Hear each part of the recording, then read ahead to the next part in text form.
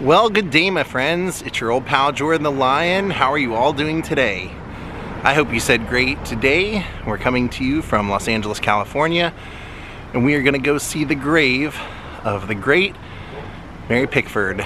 Once known as America's sweetheart, the biggest star in the world, we're going to go see her private grave today. Daze with Jordan the Lion and you all. It begins right now.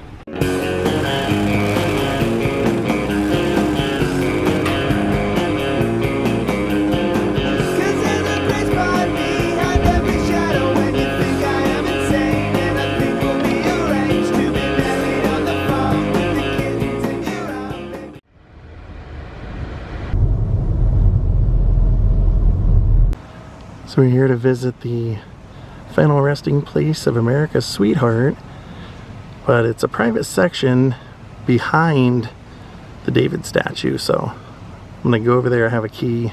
So today we're heading in the private garden of memory. So we're gonna start here and we're gonna be heading down there, and Mary is right over here.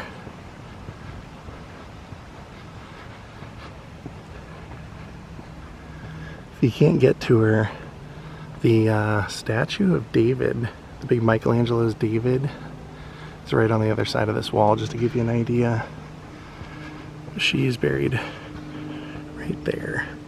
Of course, not buried with Douglas Fairbanks, even though she was synonymous with him. Their marriage did end. But she had pretty much a dream life. Here you can see Mary Pickford Rogers, America's sweetheart. And there's her mother and her brother and her sister Lottie. From the time that she was young, her dad died when she was very young, and she saw her mother at the funeral bashing her head against the wall. And she realized that she was going to have to be the leader of the family, so that's basically how her career ended up getting started, was that she made her way to New York to find work, and her mom's like, why don't you become an actress? And she said, I don't want to be an actress. That's like, nobody respected that profession at the time. But she ended up becoming America's sweetheart, as it says there. The biggest star in the world, literally. And would end up spending a lot of her money in the early days keeping her brother and sister's names out of the papers. Apparently they would get in trouble quite a bit. She was the original Vitagraph girl. So Mary's father died when she was 6 years old, and like I said, she took over being the head of the household, which at a young age meant going to work, and she made a living being an actress on the stage in theater as a child, playing basically a kid with no parents a lot of times. And then eventually when she was 15, she just wasn't making enough money to get by, so she decided to pack them all up and go to New York, and showed up at the Belasco Theater and walked in and said, I demand to see Mr. Belasco or I'm gonna die. And she was, you know, serious about wanting to see it. Normally they would never have given in to this, but they thought it was just so cute that she had done it that they introduced her to Mr. Belasco, and he was the one that changed her name. Originally she was born and was a theater actress under the name Gladys Smith, which is kind of ironic because that was Elvis's mom's name. So he changed her name and she became just one of the players with Vitagraph. D.W. Griffith was making movies. He was making 8-minute long movies, one per day, and he was paying all of his actors $5. And apparently she was so good that he was taken with her. She was able to push him to pay her $10 instead of the $5, and she was considered to be not only the first superstar in movies, but she was also maybe the founder of modern acting, where normally he would just film what was written in the script and the actors would add nothing more. And it was actually Mary who would do little things little natural things people would do, like adjust their dress or fix their hair or something while they were acting. And that brought a realism that people had never seen. And she would fight with him also. She would fight with D.W. Griffith when normally people would get fired for that. She would fight and say, no, we have to slow down the filming and make it good, make it better, make it real. And because of that, they were more successful than the other pictures that were being made. And at that time, nobody's name was ever in the credits for a movie because the movie company wanted the movie and the studio to be the star. They wanted Vitagraph to be the name people thought of. They didn't want the actor to have any power.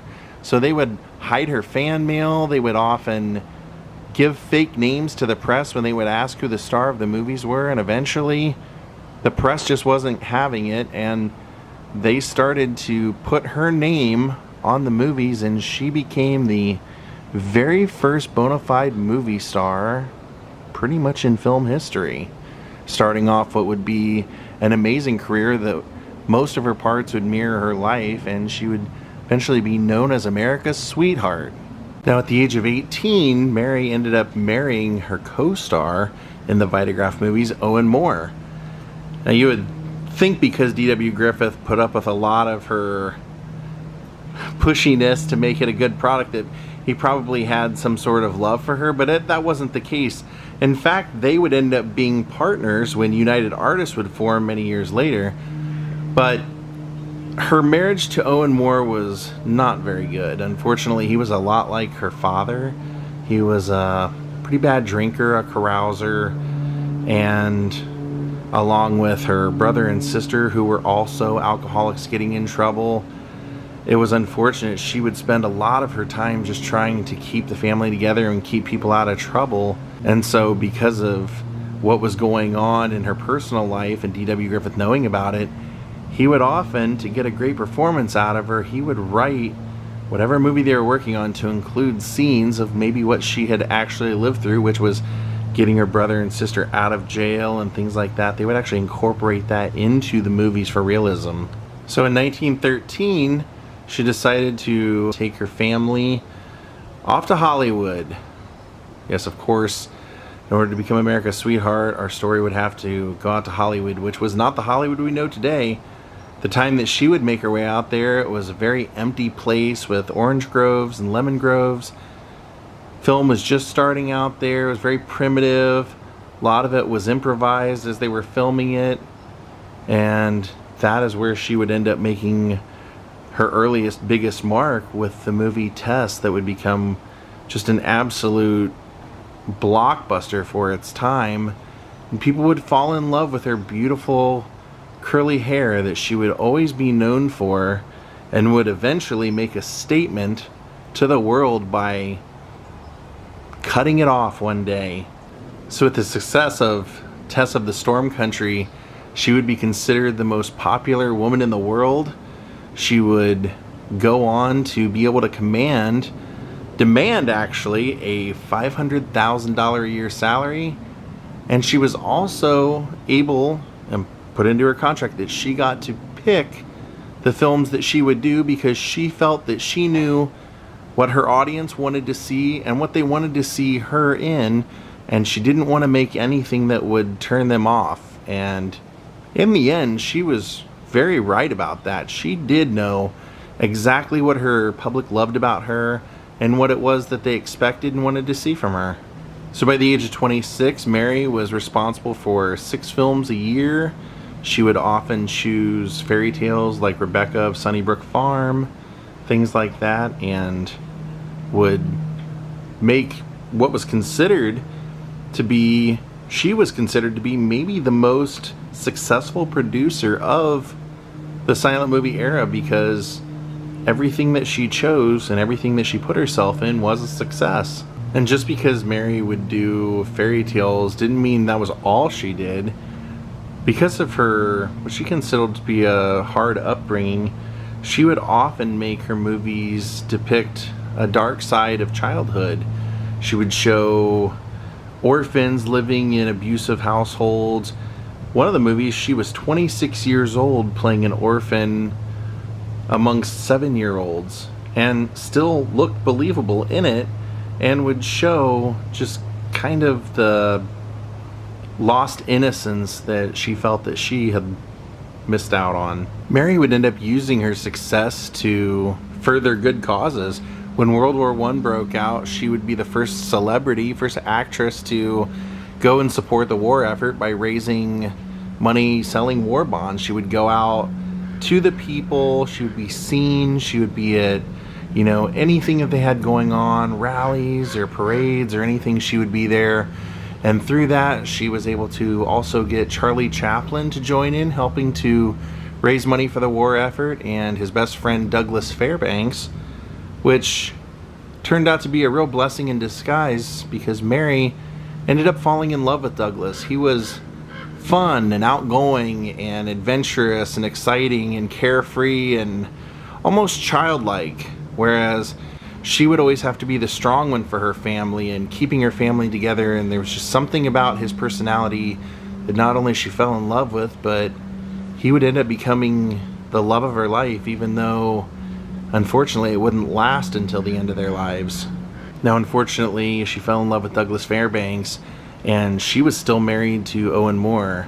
When she left him back on the East Coast coming out to Hollywood, she hadn't divorced him, and she just felt that was a wrong thing to do. And now with her career, she was scared to death that if people found out or anything, or if she were to get a divorce, it would completely ruin her career. So she went to famous gossip columnist of the day, Adela St. John's, and asked her if she thought that if people found out about her and Douglas, if her career could withstand it.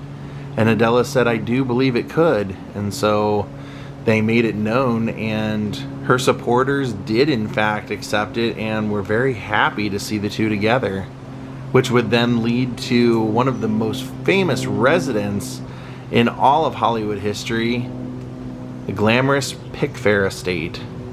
They would open together, they would get this house, and they would call it Pickfair after Douglas Fairbanks and Mary Pickford putting their names together.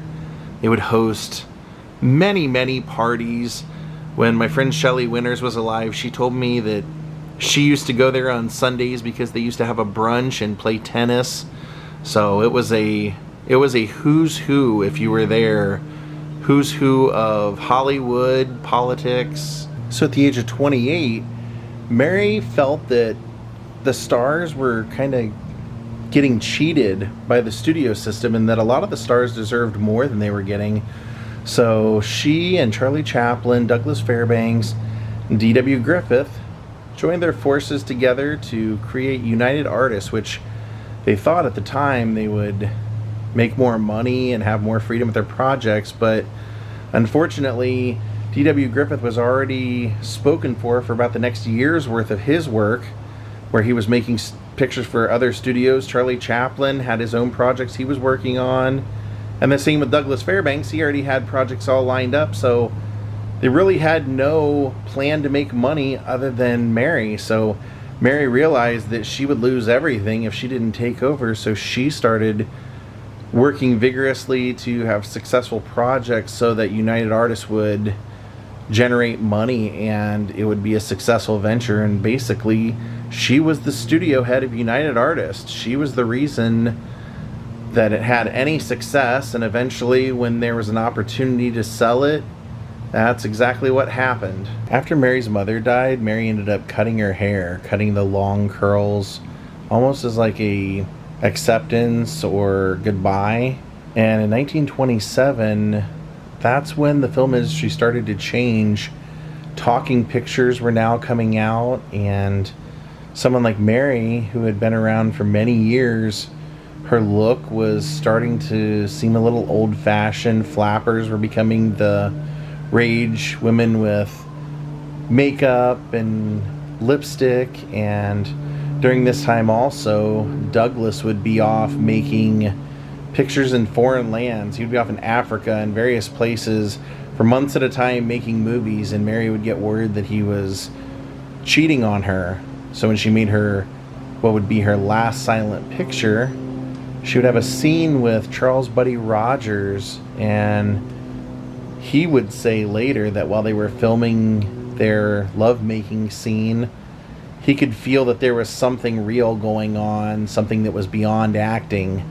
And eventually Mary and he were starting to fall for each other simultaneously at the same time that Hollywood and the gossips would find out that Douglas was in love with a socialite flapper woman, and that would soon end their storybook marriage, unfortunately.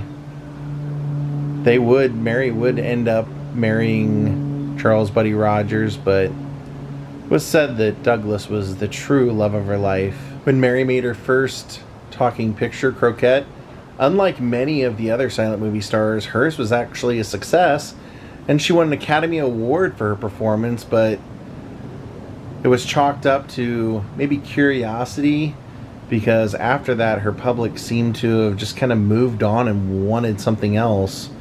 And unfortunately, as she was accepting that, she was trying to make one last play to keep Douglas Fairbanks through a series of telegrams in which he would tell her that he wasn't willing to work on it and that he was in love and that he planned to remarry.